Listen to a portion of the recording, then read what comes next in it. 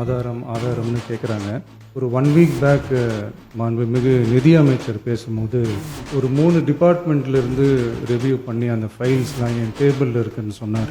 அது ஏதோ போகிற போக்கில் அவர் சொல்லலை, உண்மையிலேயே என் டேபிளில் இருக்கு.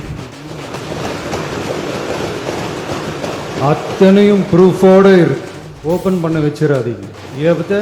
எப்போ ஓப்பன் பண்ணணுமோ அப்போ கரெக்டாக எல்லாமே ஓப்பன் ஆகும்.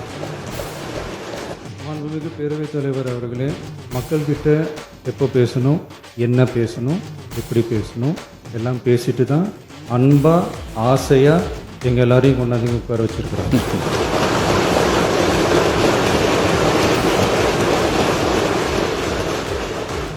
நான் பேசுவேன், பேசக்கூடாதுன்னு நான் ஒன்றும் இல்லை. இடைத்தேர்தலையாவது சில பேருக்கு நல்லது நடக்கணும்ல.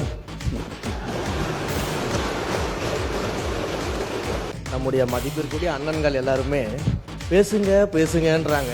ஆனால் முதலமைச்சர் பேச ஆரம்பிச்சார்னா, ஆதாரத்தை காட்ட ஆரம்பிச்சார்னா என்ன நடக்கும்ன்றது இதுல இருந்தே நம்ம புரிஞ்சிக்க முடியும். ரெடியா?